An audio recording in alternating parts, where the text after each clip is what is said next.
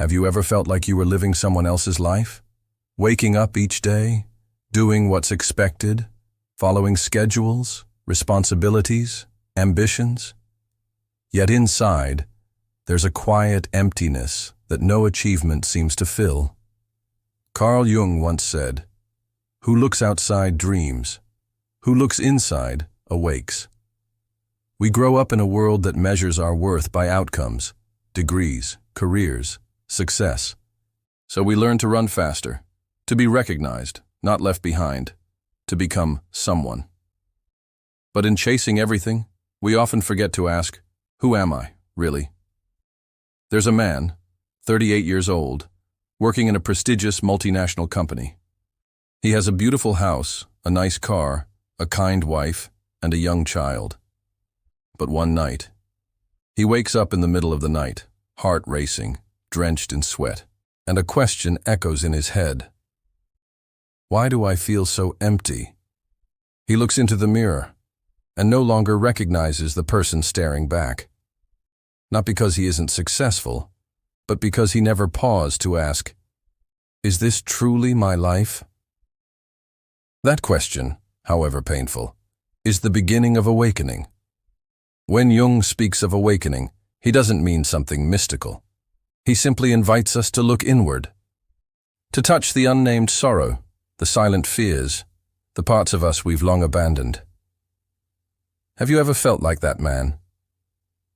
Maybe you didn't wake up at 3 a.m., but maybe you sat alone, listening to music, or looked at an old photo, and suddenly felt distant from who you once were. If you felt that way, don't run from it. That lost feeling, it's not weakness. It's your soul whispering, come back, to what really matters, to yourself, the version of you that never stopped existing, only stopped being heard. If these words resonate with something inside you, leave a simple comment. Me too. That might just be the first small step towards something deeply true. Are you ready to keep going? Because in the next part, we'll face what most of us fear the most, but what might just set us free. The darkness within. There's a part of you you've been taught to hide, not because it's evil, but because the world never gave it permission to exist. The anger you suppress, the envy you deny, the sadness you smile over. Carl Jung called it the shadow. Not a monster, but a mirror. It holds everything about us we try to reject, our flaws, shame, guilt, and wounds. But here's the truth Jung spent a lifetime uncovering. What we refuse to face controls us. There was once a woman who kept sabotaging every relationship she had. Every time someone got close, she pushed them away. She thought it was because she was too independent or not ready. But deep inside, she carried a belief she never voiced. I don't deserve to be loved. It came from childhood wounds, moments of neglect she buried so deep she forgot they existed. That belief was her shadow, and no matter how successful, attractive, or smart she became, the shadow whispered in every silence, "You're not enough." We all have one. And the more we run from it, the more it shapes our choices. Jung never said we should kill the shadow. He taught us to meet it. To sit with the discomfort, to hold space for our broken pieces, not to fix them, but to finally hear them. Because healing doesn't start with light. It starts with courage. The courage to step into our own darkness, not to be consumed, but to become whole. So ask yourself, what are you most ashamed of? What part of you do you fear others would abandon if they saw? That's your shadow. But here's the paradox. When you face it, not only do you reclaim power over it, you begin to feel truly alive. A client once told his therapist, "I thought healing meant feeling better." The therapist replied, "No. It means feeling everything, finally." If this part moved something in you, write in the comments, "I see my shadow." Let's bring into light what's been hiding for too long. Because in the next chapter, we'll discover the masks we wear and how the roles we perform for others can disconnect us from who we really are. Every day you perform. At work you're confident. With friends you're funny. At home you're responsible. And yet, somewhere between all those roles, you wonder, who am I, when no one is watching? Carl Jung called this the persona, the mask we wear to function in society. It helps us belong, be accepted, survive. But what happens when the mask becomes our identity? There was a man who was loved by everyone. Always smiling, always agreeable, always the good guy. But deep inside, he was exhausted. He never said no, never cried, never told anyone he was struggling. Because good guys don't complain. Until one day, he broke down. Not because he was weak, but because his true self had been silenced for too long. The persona isn't evil, it's necessary, but the danger lies in believing it's all we are. Jung warned, the persona is a compromise between who we are and what society expects us to be. The more we invest in the performance, the further we drift from the person underneath. Think about it. Have you ever laughed when you wanted to cry? Said, "I'm fine," when you were breaking inside? That's not weakness. That's the persona doing its job. But here's the cost. The deeper you bury your truth, the more disconnected, anxious, and hollow you feel. True freedom doesn't come from being perfect. It comes from being real. And real means messy, conflicted, honest. It means admitting, I don't have it all together.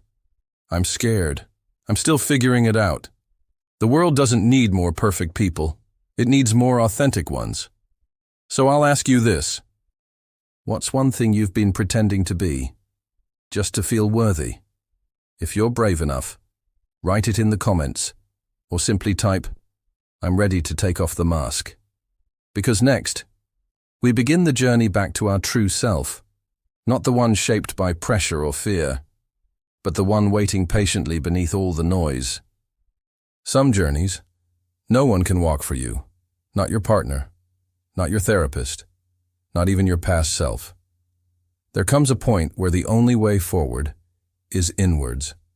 Carl Jung called it individuation, the sacred process of becoming who you truly are, not who the world told you to be, not who your wounds forced you to become, but you, whole, integrated, awake. This journey isn't glamorous. It doesn't come with applause. It starts, often, with breaking.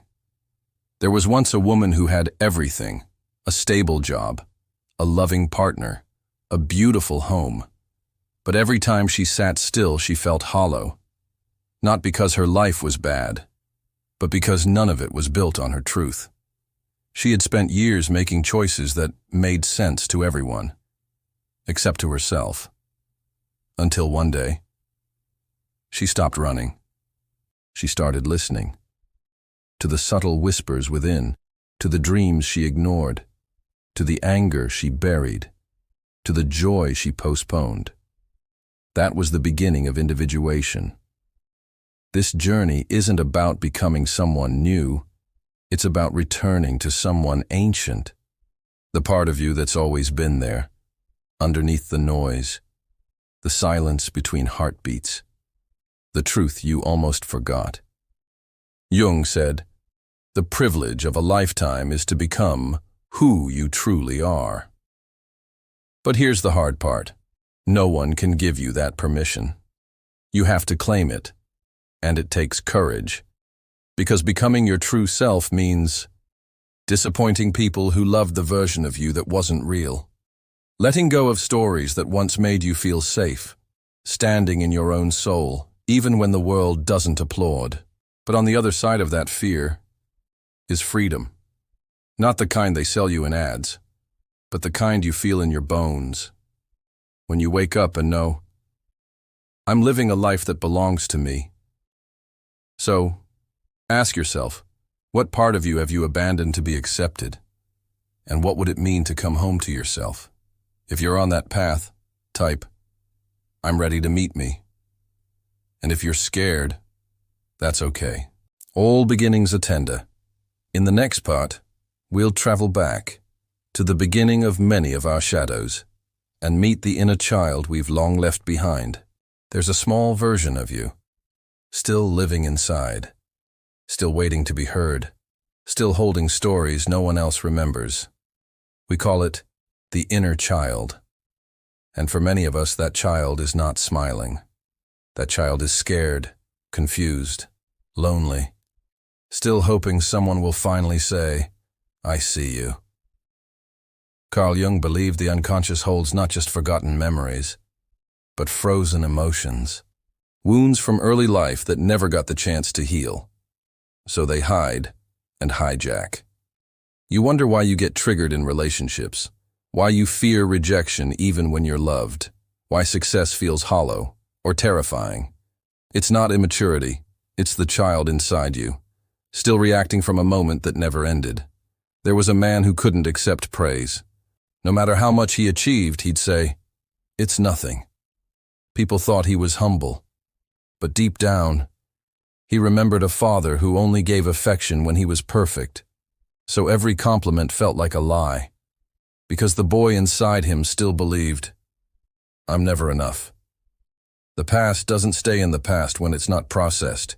It shows up in who you love, in how you argue, in what you fear, in what you settle for. Healing your inner child doesn't mean reliving every trauma. It means creating the safety now that you didn't have then. It means reparenting yourself, gently, patiently, with the love you always needed but never received. So today, pause, close your eyes. Picture your 6-year-old self. What do they need to hear? What do they need you to finally say? Maybe it's, "You didn't deserve that. It wasn't your fault. You're safe now. I love you." If that moved something inside, write in the comments, "I see my inner child." You're not weak for needing healing. You're brave for beginning it. And in the next part, we'll explore how love, yes, love, often mirrors our deepest unhealed wounds, and why Jung said, the people we attract are rarely random. Love isn't just about who we choose. It's about what inside us is choosing. Carl Jung said, "Everything that irritates us about others can lead us to an understanding of ourselves. That includes love, especially love." Have you ever wondered why you're drawn to certain types of people, even when they hurt you? Why you keep falling into similar patterns, same wounds, different names? That's not coincidence. That's the unconscious trying to resolve what it never could. There was a woman who always dated emotionally unavailable men. Each time she'd say, "This time will be different." But it never was. Because deep inside she carried a belief. My needs don't matter. A belief born from childhood, where she had to be the easy one to feel safe. So she wasn't choosing love. She was choosing familiarity and calling it fate. Jung believed relationships are sacred mirrors. They reflect not just our desires, but our wounds, the things we can't face alone, surface in connection, the way we crave, the way we push people away, the way we chase, freeze, control, or collapse. Love holds up a mirror, and that mirror says, "This is where you're still bleeding. This is what you haven't healed. This is the part of you that still believes it isn't lovable." But here's the beauty. That same mirror also shows your capacity to be seen, to be held, to be loved, fully, deeply, truthfully. Once you stop hiding behind old stories. So next time you feel triggered in love, pause and ask not, "What's wrong with them?" but, "What inside me is surfacing now?"